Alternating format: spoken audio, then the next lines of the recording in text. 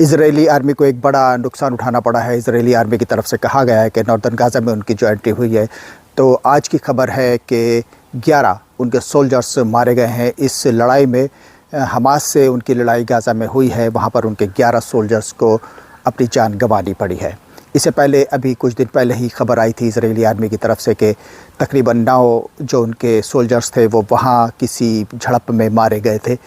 यहाँ तक कि इजरायली आर्मी से जो अपडेट्स मिल रहे हैं, जो बिल्कुल ऑथेंटिक रिपोर्ट्स है, 7 तारीख में जब हमास ने हमला किया था इजराइल के ऊपर, उसके बाद जो झड़पें हो रही हैं या जो भी इजरायली आर्मी का मूवमेंट हो रहा है या जो भी इजरायली आर्मी हमला कर रही है, अपना जो भी उसका युद्ध हो रहा है, उसमें तकरीबन अभी तक 320 उसके सोल्जर्स ज़मीनी स्तर पर यानी कि ज़मीन वाली लड़ाई में उसके मारे गए हैं। इस तरह की अपडेट बड़े जितने भी बड़े चैनल्स हैं या विश्व स्तर के चैनल हैं उनके ऊपर भी दिखाई जा रही है।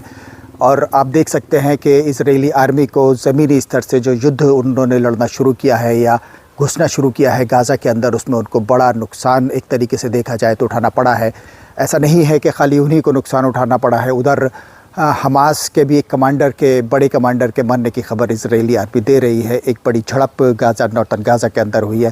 फ़िलहाल आप सब लाइव देख रहे हैं, पूरी दुनिया इस वक्त दुनिया की नज़र जो है गाज़ा में जो इजरायली आर्मी का जो भी मूवमेंट चल रहा है, जो भी कार्रवाई चल रही है उसके ऊपर है। और बड़ा नुकसान गाज़ा के सिविलियंस को हुआ है, वहाँ बच्चों और आम नागरिकों को हुआ है। लेकिन इसके साथ ही इजरायली फ़ोर्स को यानी कि इजरायली आर्मी को भी, जैसा कि इजरायली आर्मी का कहना है, बड़ा नुकसान उठाना पड़ा है।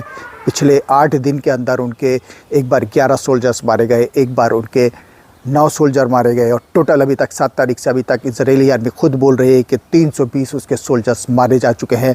एक उनको एंटी टैंक मिसाइल में एक बड़ा हमला हमास की तरफ से हुआ था, वो वीडियोस भी आए थे, उसमें भी उसके काफ़ी सोल्जर्स मारे गए थे।